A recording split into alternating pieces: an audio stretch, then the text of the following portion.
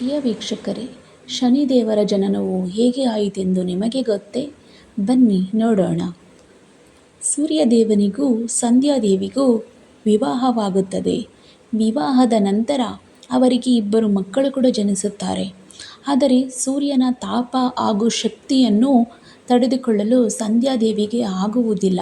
ಹಾಗಾಗಿ ಆಕೆಯು ಕೂಡ ಸೂರ್ಯನಂತೆ ಕಾಂತಿಯುತಳು ಹಾಗೂ ಶಕ್ತಿಯುತಳು ಆಗಬೇಕೆಂದು ಬಯಸುತ್ತಾಳೆ. ಹೀಗಾಗಿ ತಾನು ಸೂರ್ಯದೇವನಂತೆ ಶಕ್ತಿ ಹಾಗೂ ಕಾಂತಿಯನ್ನು ಪಡೆಯಲು ಅವಳು ಶಿವನಲ್ಲಿ ತಪಸ್ಸಿಗೆ ಹೊರಡಲು ಸಿದ್ಧಳಾಗುತ್ತಾಳೆ. ಆದರೆ ಅವಳು ತಪಸ್ಸಿಗೆ ಹೋದರೆ ತನ್ನ ಮಕ್ಕಳ ಪಾಲನೆ ಪೋಷಣೆ ಯಾರು ಮಾಡುತ್ತಾರೆ ಎಂದು ತಿಳಿದು ಅವಳು ತನ್ನ ನೆರಳಿನಿಂದ ಛಾಯಾದೇವಿಯನ್ನು ಸೃಷ್ಟಿಸಿ ಅವಳಿಗೆ ತನ್ನ ಮಕ್ಕಳ ಪಾಲನೆ ಪೋಷಣೆಯ ಜವಾಬ್ದಾರಿಯನ್ನು ನೀಡಿ ಸಂಧ್ಯಾದೇವಿಯು ತಪಸ್ಸಿಗೆ ಹೊರಡುತ್ತಾಳೆ. ಈ ರೀತಿಯಾಗಿ ಸಂಧ್ಯಾದೇವಿಯ ಮಕ್ಕಳ ಪಾಲನೆ ಪೋಷಣೆಯನ್ನು ಛಾಯಾದೇವಿಯು ಮಾಡುತ್ತಿರುತ್ತಾಳೆ. ಈ ರೀತಿ ಇರುವಾಗ ಒಂದು ದಿನ ಛಾಯಾದೇವಿಗೆ ಸೂರ್ಯದೇವನಲ್ಲಿ ಮನಸ್ಸಾಗುತ್ತದೆ. ಅವಳು ಕೂಡ ಸಂಧ್ಯಾದೇವಿಯಂತೆ ಸುಂದರವಾದ ದೇಹವನ್ನು ಹೊಂದಿದ್ದರೆ ತಾನು ಕೂಡ ಸೂರ್ಯದೇವನೊಂದಿಗೆ ಸಂತೋಷವಾಗಿ ಜೀವನ ಮಾಡಬಹುದಿತ್ತು ಎಂದು ಅಂದುಕೊಂಡು ಅವಳು ಕೂಡ ಶಿವನಲ್ಲಿ ತಪಸ್ಸಿಗೆ ತೆರಳುತ್ತಾಳೆ.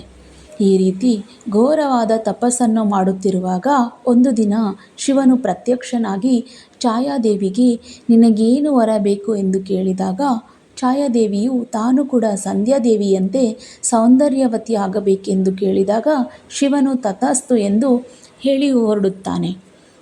ಇಲ್ಲಿ ಛಾಯಾದೇವಿಯು ಸಂಧ್ಯಾದೇವಿಯಂತೆ ಸೌಂದರ್ಯವತಿಯಾಗಿ ಬಂದು ಸೂರ್ಯದೇವನ ಮುಂದೆ ನಿಲ್ಲುತ್ತಾಳೆ. ಆಗ ಸೂರ್ಯದೇವನು ಅವಳ ಸೌಂದರ್ಯಕ್ಕೆ ಮಾರು ಹೋಗಿ ಅವಳೊಂದಿಗೆ ಶೃಂಗಾರ ಮಾಡುತ್ತಾನೆ. ಈ ರೀತಿಯಾಗಿ ಸೂರ್ಯದೇವ ಹಾಗೂ ಛಾಯಾದೇವಿಗೆ ಒಂದು ಗಂಡು ಮಗು ಜನಿಸುತ್ತದೆ. ಆ ಮಗುವೇ ಶನಿದೇವರು. ಶನಿದೇವರು ಹುಟ್ಟಿದಾಗ ಅವರ ದೇಹವು ಕಪ್ಪಾಗಿದ್ದು ಒಂದು ರೀತಿಯ ಕುರುಪಿಯಂತೆ ಇರುತ್ತಾರೆ. ಅಂಥ ಮಗುವನ್ನು ನೋಡಿದ ತಕ್ಷಣ ಸೂರ್ಯದೇವನಿಗೆ ತುಂಬ ಕೋಪ ಹಾಗೂ ಆಕ್ರೋಶ ಉಂಟಾಗುತ್ತದೆ.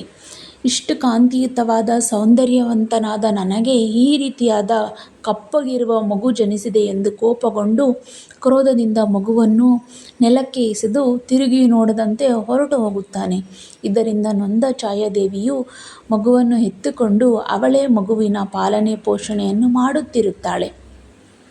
ಈ ರೀತಿಯಾಗಿ ಛಾಯಾದೇವಿ ಹಾಗೂ ಸೂರ್ಯದೇವನಿಗೆ ಶನಿದೇವರು ಹುಟ್ಟುತ್ತಾರೆ.